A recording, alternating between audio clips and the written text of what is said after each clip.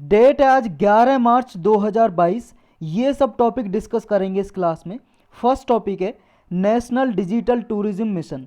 Prelims और GS paper 2 के लिए इम्पोर्टेंट है ये। मिनिस्ट्री ऑफ टूरिज्म ने, जो पर्यटन मंत्रालय है हमारा, उसने ये लॉन्च किया है नेशनल डिजिटल टूरिज्म मिशन। इसका मेन मकसद क्या है, बस इतना हमको जानना है। इसका मेन जो एजेंडा है, मकसद है, ऑब्जेक्टिव है, हमारे इंडिया में टूरिज्म को प्रमोट करना है। और टूरिज्म की मेन प्रॉब्लम क्या है? इन्फॉर्मेशन जानकारी सही नहीं होती, तो उस इन्फॉर्मेशन को ऑनलाइन अवेलेबल करवाना।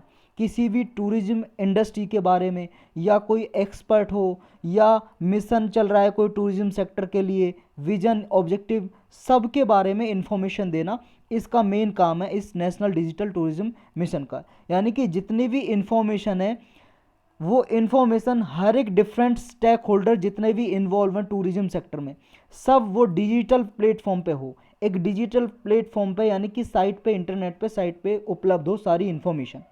नेक्स्ट टॉपिक है नेशनल लैंड मोनेटाइजेशन कॉरपोरेशन। ये समझ लो एक कंपनी की तरह है, ये कंपनी की तरह है ये कॉरपोरेशन। प्रीलिम्स और जीएस पेपर 3 के लिए इंपॉर्टेंट है। यूनियन कैबिनेट ने, यूनियन कैबिनेट मतलब काउंसिल ऑफ मिनिस्टर जो होते हैं उनका ही पार्ट होता है कैबिनेट। कैबिनेट ने अभी अप्रूवल दे दी है कि वो एक कॉरपोरेशन बनाएगी और ये गवर्नमेंट ओन्ड होगी। यानी कि इसका मालिक कौन होगा? इस कॉरपोरेशन का खुद सरकार मालिक होगी, नेशनल लैंड मोनेटाइजेशन कॉरपोरेशन का। मेन मकसद क्या है इसका? मेन मकसद ये होगा कि जो भी हमारे इंडिया में लैंड मान लो खाली पड़ी हुई है, या कोई गवर्नमेंट की बिल्डिंग खाली पड़ी हुई है, या मान लो कहीं पे रेलवे स्टेशन की जगह कोई खाली पड़ी हुई है, रेलवे स्टेशन पे बहुत सारे कमरे बने होते हैं, रूम बने होते हैं, वो खाली पड़े हुए हैं बेकार में ही, उनका कोई यूज नहीं हो रहा, उनको क्या करेगी ये? उन्हें लीज पे दे देगी। ये कॉरपोरेशन लीज पे मतलब रेंट पे दे दिया, अब उससे पैसे कमाएगी। तो ये मोनेटाइज करेगी एसेट्स को, जो भी संपत्ति है, लैंड असेट्स है, कोई भी है, पब्लिक सेक्टर की लैंड असेट्स है, या कोई भी सॉवरेन असेट्स है, उसको ये मोनेटाइज करेगी। जो ये नेशनल लैंड मोनेटाइजेशन कॉरपोरेशन होगी, ये इनिशियली 5000 करोड़ रुपए देके बनाई जाएगी।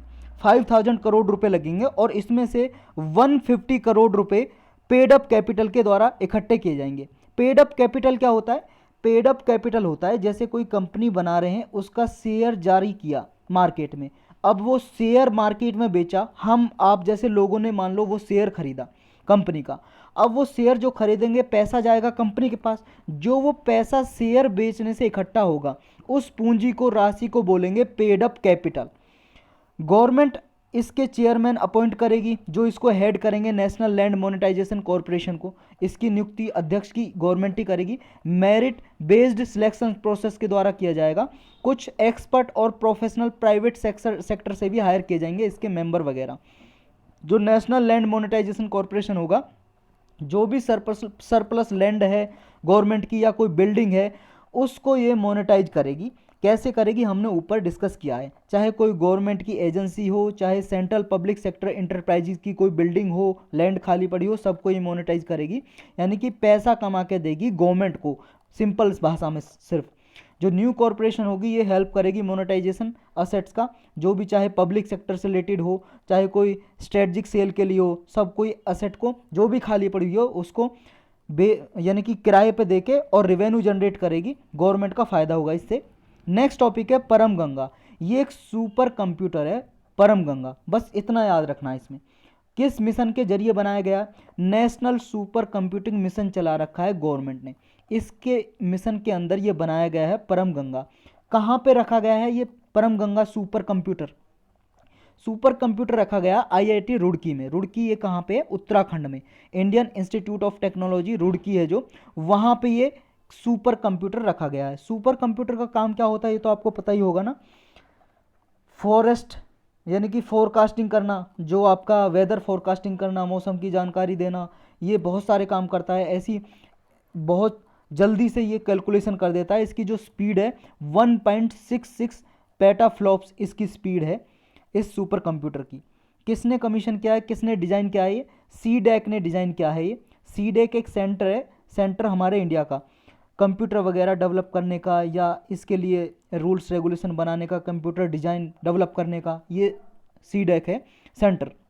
जो नेशनल सुपर कंप्यूटिंग मिशन है, ये किसका मिशन है, कौन से मंत्रालय का, ये मिनिस्ट्री आपको याद होनी चाहिए, ministry of electronics and information technology and department of science and technology, ये दोनों मिनिस्ट्री इसको जॉइंटली इम्प्लीमेंट करेंगी, यानी कि जॉइंटली इन्होंने इसको स्टार्ट किया है और इसको लागू किया जाएगा, इम्प्लीमेंट किया जाएगा इसके साथ साथ CDAC के साथ, और इंडियन इंस्टीट्यूट ऑफ साइंस है बेंगलोर का, ये दोनों साथ देंगे। Centre for development of advanced computing, ये CDAC, और IISc बेंगलोर, ये दोनों इंस्टीट्यूट भी इसको लागू करने में सहायता करेंगे। 4 मेजर पिलर हैं इसके। पहला है इंफ्रास्ट्रक्चर डेवलप करना, एप्लीकेशन यूज इसका रिसर्च एंड डेवलपमेंट के लिए और HRD के लिए, यानी कि ह्यूमन रिसोर्स डेवलपमेंट के लिए इसका यूज किया जाएगा। नेक्स्ट टॉपिक है WHO global centre for traditional medicine. WHO यानी कि वर्ल्ड हेल्थ ऑर्गेनाइजेशन ने ये ग्लोबल सेंटर बनाया है ट्रेडिशनल मेडिसिन के लिए। ट्रेडिशनल मेडिसिन मतलब ऐसी मेडिसिन जो रीति रिवाज के तौर पे, यानी कि जो वर्षों से यूज होती आ रही हैं। जैसे मान लो बहुत से जंगलों में लोग रहते हैं, आदिवासी लोग रहते हैं, वो मेडिसिन वगैरह ऐसी जंगलों की जड़ी बूटी यूज करते हैं, लेकिन उनका कोई जानकारी अच्छे से लोगों को है नहीं, तो ये सेंटर बनाया ताकि जो ट्रेडिशनल मेडिसिन है उनको और डेवलप किया जा सके। यूनियन कैबिनेट है जो, उसने अप्रूवल दी है कि ये WHO का global centre for traditional medicine है, ये गुजरात के जामनगर प्लेस में बनाया जाएगा। ये अप्रूवल दिया है अभी यूनियन कैबिनेट ने। इसके लिए होस्ट कंट्री हैं जो, उन्होंने भी साइन किया एग्रीमेंट गवर्नमेंट ऑफ इंडिया और WHO के साथ मिलके, वर्ल्ड हेल्थ ऑर्गेनाइजेशन के साथ मिलके।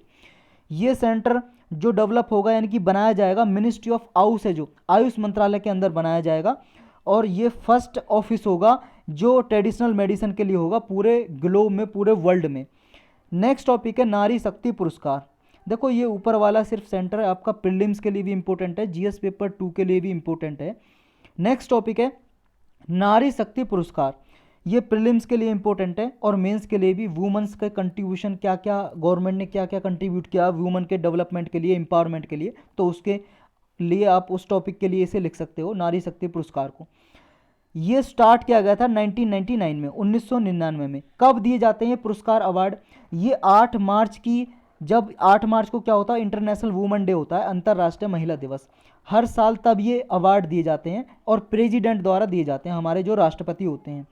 इस साल इंटरनेशनल वुमेन डे पे प्रेसिडेंट रामनाथ कोविंद जी ने नारी शक्ति पुरस्कार 29 इंडिविजुअल को दिए 2020 और 2021 के लिए।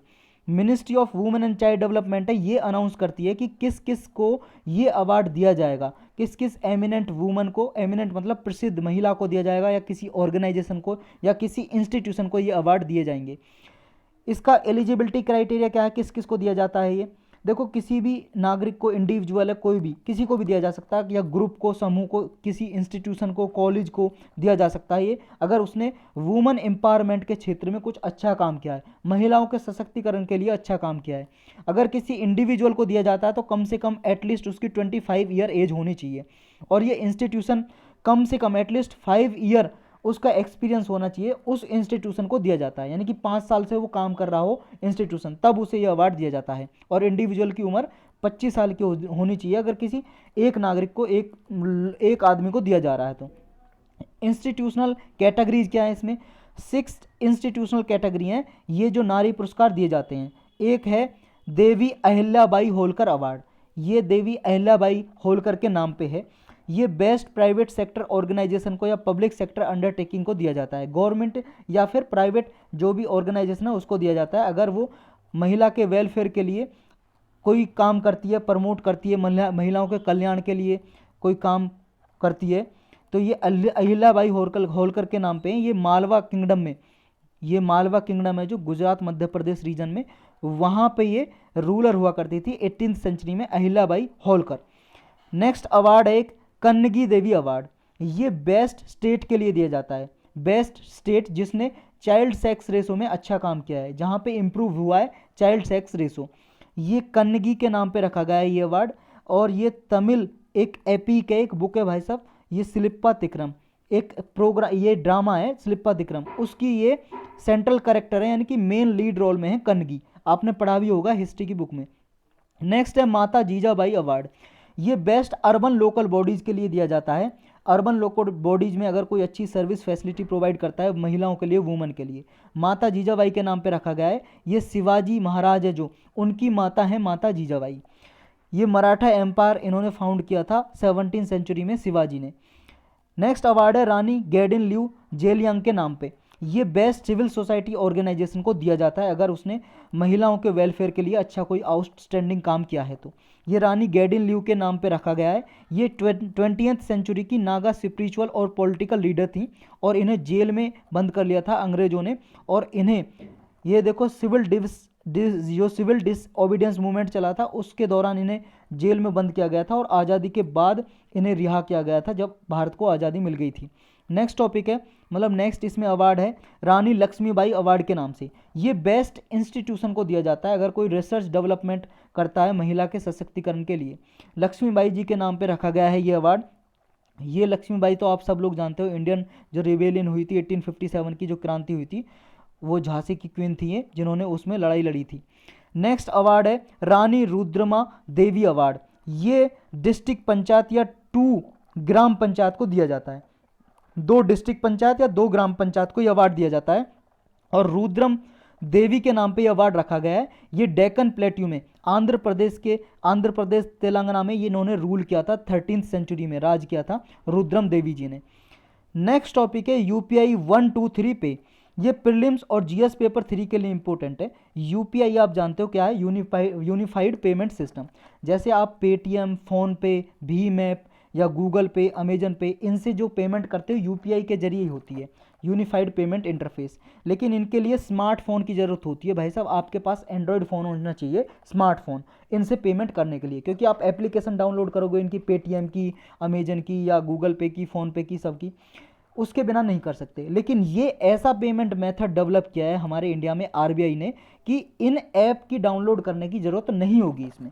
बिना स्मार्टफोन के जो फीचर फ़ोन होते हैं ना, जो सिर्फ कॉलिंग करते हैं, लाल हरे बटन होते हैं उठाने काटने के, तो उनके द्वारा भी पेमेंट की जा सकेगी यूनिफाइड पेमेंट इंटरफेस को यूज करके। तो ये नया सॉल्यूशन ढूंढा है यूपीआई 1, 2, 3 पे। 3 स्टेप मेथड है ये सर्विस प्रोवाइड करने के लिए 3 स्टेप होंगे इसमें। कोई भी सिंपल फ़ोन के जरिए पेमेंट की जा सकेगी।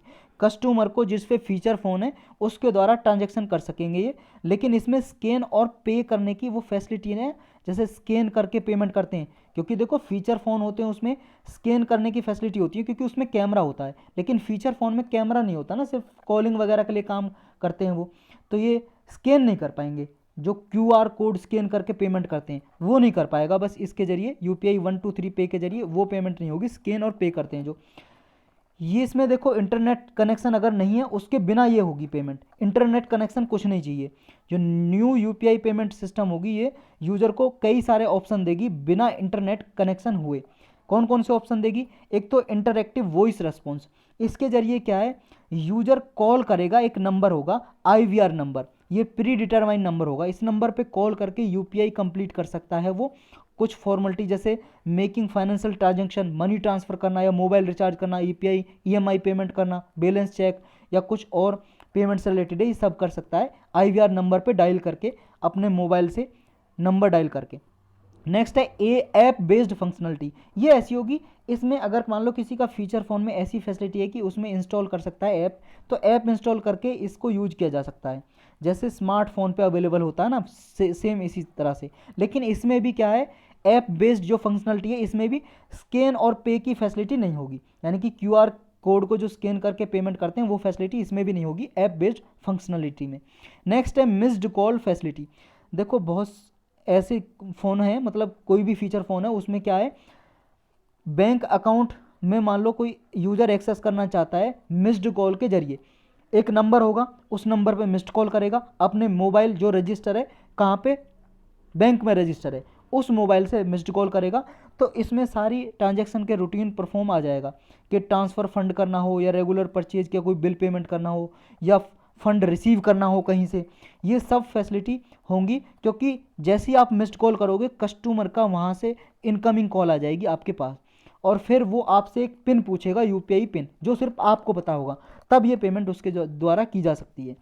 नेक्स्ट है एक प्रॉक्सिमिटी साउंड बेस्ड पेमेंट्स। ये साउंड के जरिए की जाएगी, साउंड बेस्ड पेमेंट होगी। ये ऑफलाइन कॉन्टैक्टलेस ये पेमेंट होगी इसके जरिए। तो 4 मेथड होंगे जिनके जरिए इस UPI 123 मेथड के द्वारा पेमेंट की जा सकेगी। तो इसका सिग्निफिकेंस क्या होगा? पहला सिग्निफिकेंस तो ये भाई साहब, जिनके पास ये एंड्रॉयड स्मार्टफोन नहीं होते तो वो भी पेमेंट कर सकेंगे, यानी कि डिजिटल पेमेंट का सिस्टम है और ज़्यादा इंक्रीज होगा।